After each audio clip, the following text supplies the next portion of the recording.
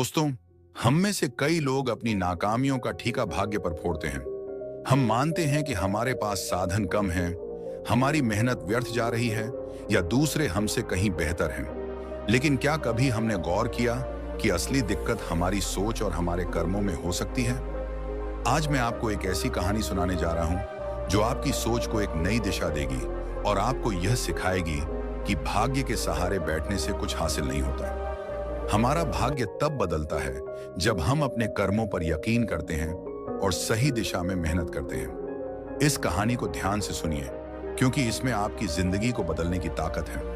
कई साल पहले की बात है। एक गांव चंदनपुर में गुरु नाम के एक महान साधु रुके हुए थे। वहां एक किसान जिसका नाम श्याम था, उनके पास पहुंचा। श्याम ने गुरु से कहा, हे गुरु, मेरा भाग्य मुझसे रूठा हुआ है। मैं जो भी करता हूं उसमें असफलता ही हाथ लगती है। मैं खेती करता हूं लेकिन मेरी फसल कभी अच्छी नहीं होती। इस कारण मैं हमेशा परेशान रहता हूं। समझ नहीं आता मेरे साथ ही ऐसा क्यों होता है।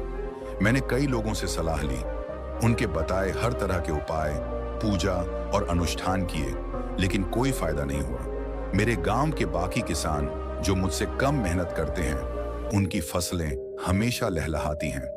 मैंने सुना है कि आप हर समस्या का हल निकालते हैं, इसलिए मैं आपके पास आया हूं। क्या आप मेरा भाग्य बदल सकते हैं? श्याम की बात सुनकर गुरु हल्के से मुस्कुराए और बोले, श्याम, तुम्हारा भाग्य तो पहले से ही अनमोल है। तुम्हारे पास वह सब कुछ है जो एक इंसान को चाहिए।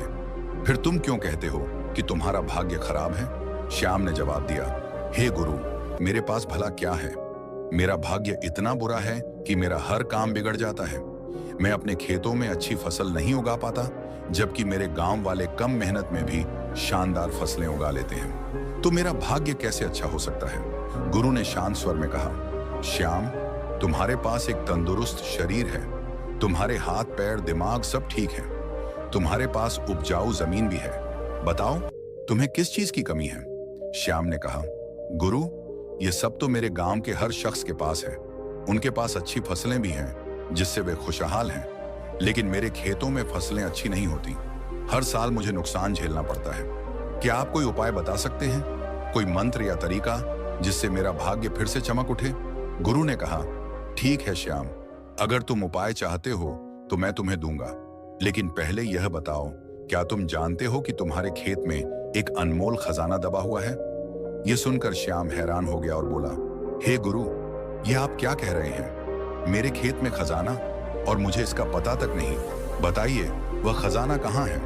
मैं अभी जाकर उसे निकाल लूंगा। गुरु बोले, श्याम, वह खजाना इतनी आसानी से नहीं मिलेगा। इसके लिए तुम्हें मेरी बात माननी होगी। मैं जैसा कहूं वैसा करो, तभी वह खजाना तुम्हारे हाथ आएगा। श्याम ने उत्साह से कहा, हे गुरु, बताइए, मुझे क्या करना है? मैं आपके हर आदेश का पालन करने को तैयार हूं। बस ये बताइए कि वह खजाना मेरे खेत में कहाँ है?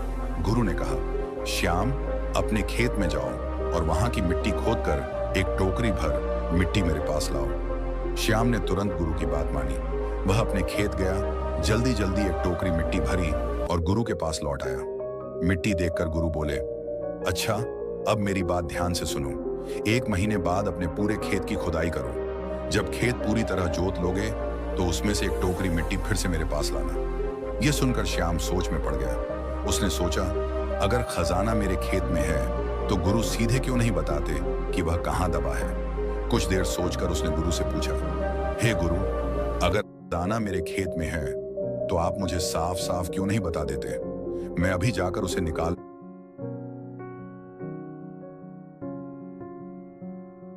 गुरु ने शांत स्वर में कहा, श्याम, हर काम का एक सही समय होता है। अगर सही समय पर काम हो तो वह उत्तम फल देता है। मैं चाहूं तो अभी बता दूं कि खजाना कहां है, लेकिन अगर तुम अभी उसे निकालने की जल्दबाजी करोगे तो शायद तुम्हें कुछ न मिले। सोच लो, अभी खजाना चाहिए या 1 महीने बाद? श्याम ने गुरु की बात मान ली और बोला, गुरु, आप जैसा कहेंगे मैं वैसा करूंगा। वह गुरु को प्रणाम करके घर लौट गया, लेकिन उसका मन बेचैन था। वह रात दिन खजाने के सपने देखता। वह सोचता कि खजाना मिलते ही वह गांव का सबसे धनी व्यक्ति बन जाएगा। उसके पास हर सुख सुविधा होगी। 1 महीना बीत गया। श्याम ने खेत से एक टोकरी मिट्टी खोदी और गुरु के पास पहुंचा। उसने कहा, हे गुरु, यह मिट्टी लाया हूं। अब बताइए, खजाना कहाँ है? गुरु ने पूछा। क्या तुमने पूरा खेत जोता? श्याम बोला, नहीं गुरु, आपने कहा था कि सिर्फ एक टोकरी मिट्टी चाहिए, तो मैंने उतनी ही निकाली। पूरा खेत जोतने की क्या जरूरत? गुरु ने कहा,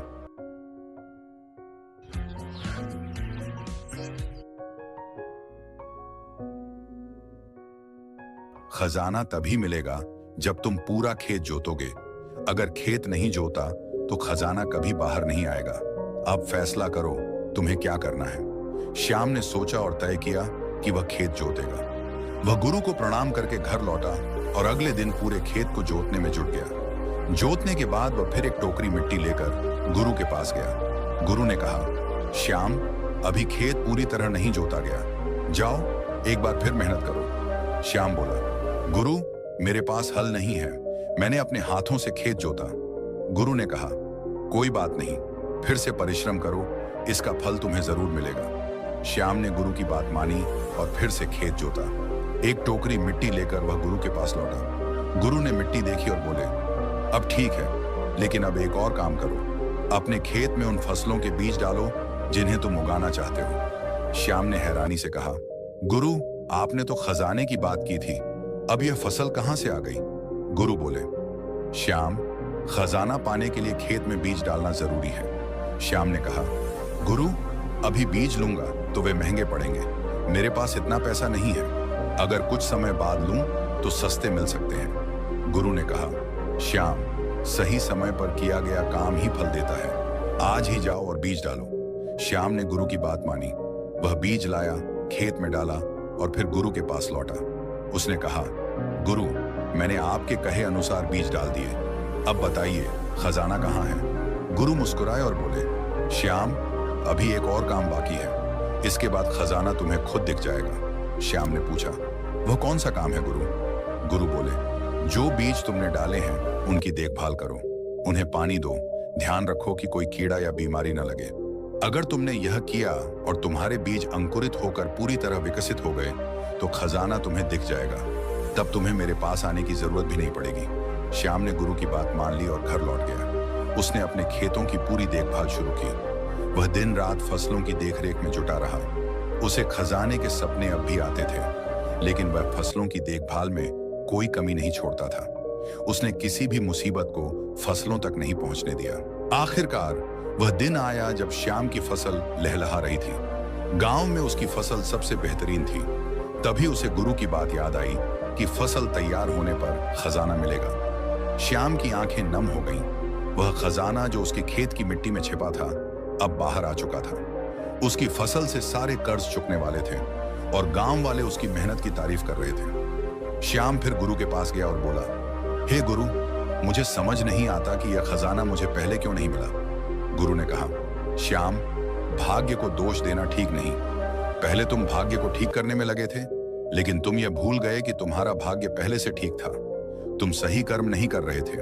तुम चाहते थे कि बिना मेहनत के तुम्हारी फसल सबसे अच्छी हो। मैंने तुम्हें खजाने का लालच दिया और जब तुमने सही समय पर सही काम किया तो तुम्हें फल मिला।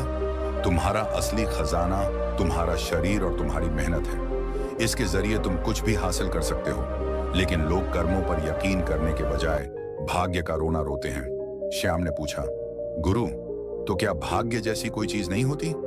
गुरु मुस्कुराए और बोले, श्याम, भाग्य हमारे अच्छे कर्म हैं। ये कर्म हमें ताकत और सही रास्ता दिखाते हैं ताकि हम अपने लक्ष्य पा सकें। यह सुनकर श्याम गुरु के चरणों में झुक गया और बोला, हे गुरु, आज मुझे समझ आया कि मेरा भाग्य खराब नहीं था, मेरे कर्म ठीक नहीं थे। मैं वचन देता हूं कि अब मैं भाग्य को दोष नहीं दूंगा। मैं अपने कर्म सुधारूंगा और सही समय पर काम करूंगा। इतना कहकर श्याम गुरु को प्रणाम करके घर